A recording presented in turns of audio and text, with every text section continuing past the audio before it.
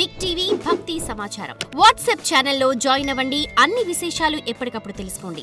ప్రేక్షకులందరికీ నమస్కారం అండి.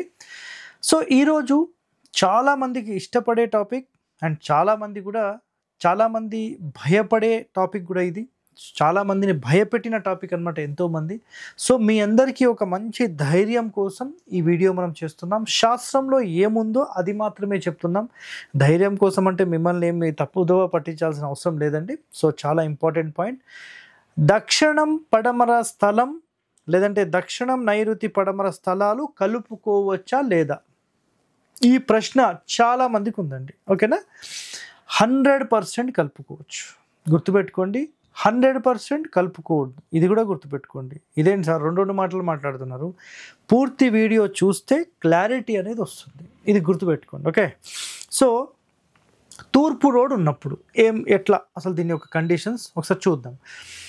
ఈస్ట్ ఫేసింగ్ రోడ్ అయితే దక్షిణం పడమర ఖాళీ లేకుండా ఇల్లు కట్టారనుకోండి.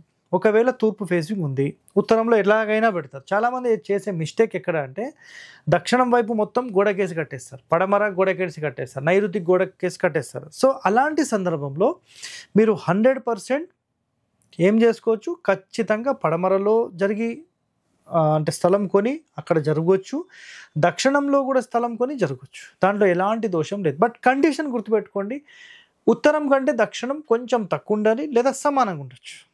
ఓకేనా? అట్లీస్ట్ 1 ఇంచ్ అనుకోండి, లేకపోతే ఈక్వల్ అనుకోండి. అలాగే తూర్పు కంటే పడమర తక్కువగా ఉండాలి. అంటే పడమరలో ఎంత ఉందో తూర్పులో దానికి డబుల్ త్రిబుల్ ఉండేలాగా చేసుకోవాలి. అది చాలా ఇంపార్టెంట్. ఇది తూర్పు ఫేసింగ్కి సంబంధించిన కండిషన్. ఇప్పుడు దక్షిణం రోడ్ తీసుకుందాం. ఓకే, తూర్పు గోడకు ఖాయం చేసి ఎప్పుడూ కట్టకూడదు. అర్థమైందా? సో అలాగే ఉత్తరం గోడకు ఖాయం చేసి కట్టొద్దు. అంటే ఈ రెండు కలిపితే ఆటోమేటిక్ ఏమవుతుందంటే ఈశాన్యం గోడకు కట్టేసినట్టే, సింపుల్. సో కంప్లీట్ ఈశాన్యం మూత అని దీన్ని అంటారు. ఈశాన్యంలో పూజ గది పెడితే దాన్ని ఈశాన్యం మూత అనడం తప్పది. సో ఈశాన్య మూత అంటే స్థలం మొత్తంలో పడమరలో దక్షిణంలో ఖాళీ ఎక్కువగా పెట్టి టోటల్ ఈశాన్యానికి వేసి డైరెక్ట్ కాంపౌండ్ గోడ మీద ఇల్లు కట్టడాన్ని ఈశాన్య మూత అంటారు. ఇది చాలా ఇంపార్టెంట్, గుర్తుపెట్టుకోండి.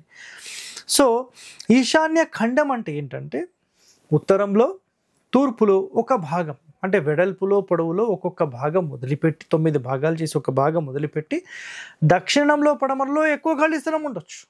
అది ఓకే, పర్ఫెక్ట్. బట్ టోటల్ గోడకేసి ఎప్పుడు కట్టొద్దు.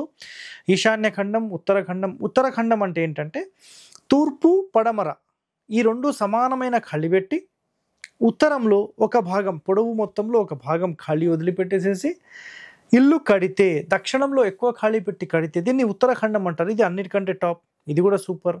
లేదా నైరుతి ఖండం అంటే సింపుల్. నైరుతి ఖండం అంటే పడమరలో దక్షిణంలో తక్కువ ఖాళీ, తూర్పులో ఉత్తరంలో ఎక్కువ ఖాళీ, అది కూడా పెట్టవచ్చు. పశ్చిమ హద్దుపై ఎప్పుడూ కట్టకూడదు. ఒకవేళ అలా కడితే ఈ పశ్చిమానికి సంబంధించి తూర్పు కంటే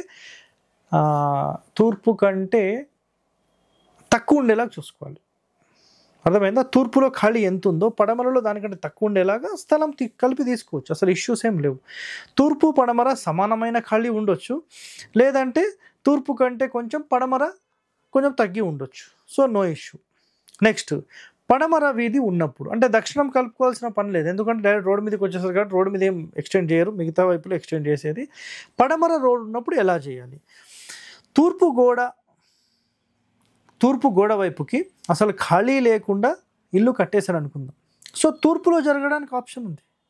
అంటే తూర్పు మాత్రమే కాదు, ఎటైనా జరగవచ్చు అండి, ఇష్యూస్ ఏం లేవు. సో 100% గోడ మీద కట్టొద్దు. సో ఆ టైంలో మీరు 100% ఎక్స్టెన్షన్ అంటే తూర్పులో స్థలం అనేది కొనుక్కోవచ్చు. తూర్పు కనీసం 1 పార్ట్ ఖచ్చితంగా ఉండాలి, లేకపోతే మీరు స్థలంలో కలుపుకోవచ్చు, అంటే స్థలం కొని కలుపుకోవచ్చు అనమాట, ఇష్యూ లేదు. ఉత్తరం కంటే దక్షిణం ఖాళీ ఉండాలి. గుర్తుపెట్టుకోండి మాట, ఉత్తరం కంటే దక్షిణం ఖాళీ ఉండాలి లేదా సమానంగా ఉండాలి.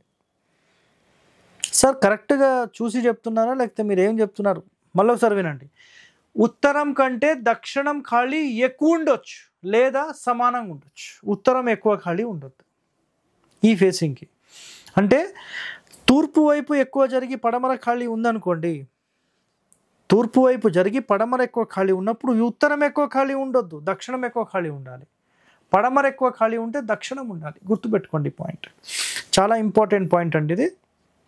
ఏమవుతుందంటే తూర్పు వైపుకు జరిపినప్పుడు, ఓకేనా, గుర్తుపెట్టుకోండి, తూర్పు వైపుకు జరిపినప్పుడు పడమర ఎక్కువ ఖాళీ ఉంటే ఉత్తరం ఎక్కువ ఖాళీ చేస్తే ఆటోమేటిక్ ఇల్లు ఆగ్నేయానికి వెళ్తుంది. ఇది మేజర్ మిస్టేక్ అవుతుంది, చాలా డేంజరస్. ఇల్లు అమ్ముకోవాల్సి వచ్చే పని వస్తుంది, రోడ్డు మీదకి వచ్చేస్తారు. గుర్తుపెట్టుకోండి, చాలా డేంజర్ అండి. ఎప్పుడు కూడా అట్లాంటి పనులు చేయకండి. సరైన సలహా చాలా ఇంపార్టెంట్.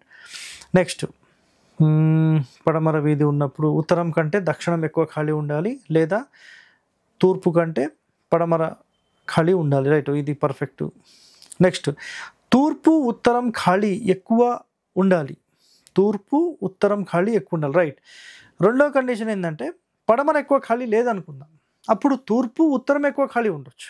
పడమర ఎక్కువ ఖాళీ ఉంటే దక్షిణమే ఉండాలి, తూర్పు ఎక్కువ ఖాళీ ఉంటే ఉత్తరమే ఉండాలి, మళ్ళీ దక్షిణం ఉండొద్దు. కండిషన్స్ చాలా ఇంపార్టెంట్ అండి.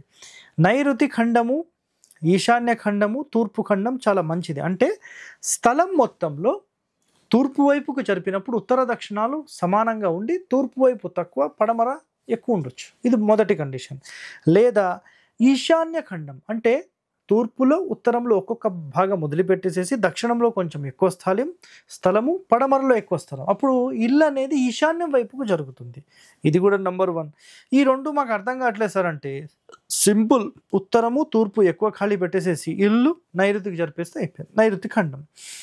సో ఉత్తరం రోడ్ ఉంటే, ఓకేనా, ఉత్తరం రోడ్ ఉంటే దక్షిణ ఖండం అంటే ఏం లేదు, తూర్పులో పడమరలు రెండు సమానమైన ఖాళీ పెట్టి ఇల్లు అనేది దక్షిణం వైపుకు జరిపేస్తాం. దక్షిణంలో మినిమం కొంచెం 1 పార్ట్ ఖాళీ వదిలేస్తాం, సింపుల్ అయిపోయింది. అది దక్షిణ ఖండం అంటారు. నైరుతి ఖండం అంటే అందరికీ తెలుసు, తూర్పులో ఉత్తరంలో ఎక్కువ ఖాళీ ఉంటుంది, పడమరలో దక్షిణంలో తక్కువ ఖాళీ ఉంటుంది, నైరుతి ఖండం. ఇందులోనే మనము పడమర ఖండం కూడా తీసుకోవచ్చు. పడమర ఖండం అంటే ఉత్తరంలో దక్షిణంలో సమానమైన ఖాళీ ఉండాలి, తూర్పులో ఎక్కువ ఖాళీ ఉండాలి. అర్థమైందా? నెక్స్ట్, ఉత్తరం కంటే దక్షిణం ఖాళీ ఉండాలి. ఇది కాదు, ఉత్తరం రోడ్డు, రైట్. దక్షిణ ఖండము, నైరుతి ఖండం మంచిది, పడమర ఖండం ఓకే. నెక్స్ట్, ఆగ్నేయ ఖండం ఉండొద్దండి. ఆగ్నేయ ఖండం ఎలా తయారవుతుంది అంటే పడమరలో మీరు ఎక్కువ ఖాళీ పెట్టారు, గుర్తుపెట్టుకోండి, పడమరలో మీరు ఎక్కువ ఖాళీ పెట్టారు, తూర్పులో తక్కువ పెట్టారు. ఇలాంటి సందర్భంలో 100% అది మైనస్ అయ్యే అవకాశాలు ఉంటాయి. సో చాలా చాలా ఇంపార్టెంట్ పాయింట్స్ ఇవన్నీ. సో నిజంగా అసలు ఈ దక్షిణము పడమర మనం కలుపుకోవచ్చా లేదా అనే ఒక ప్రశ్నలకు సమాధానంగా మీకు ఎన్నో రకాల కండిషన్స్ చెప్పాను. 100% మనము ఏ స్థలమైనా కలుపుకోవచ్చు. బట్ ఇక్కడ కండిషన్స్ ఏంటంటే మన పేర్లేంటి, మన వర్గులేంటి, అసలు ఎటు స్థలం కలుపుకుంటే ఎలాంటి లాభ నష్టాలు ఉంటాయి, ఇవన్నీ మీరు ఒక ప్రొఫెషనల్ని అడిగి మాత్రమే ముందుకెళ్ళాలి. సో ఇలాంటి వాస్తు రహస్యాలు మీరు తెలుసుకోవాలంటే మన ఛానల్ని వెంటనే సబ్స్క్రైబ్ చేయండి. Stay tune to our channel. Thank you అండి. For more videos like this, subscribe Big TV channel.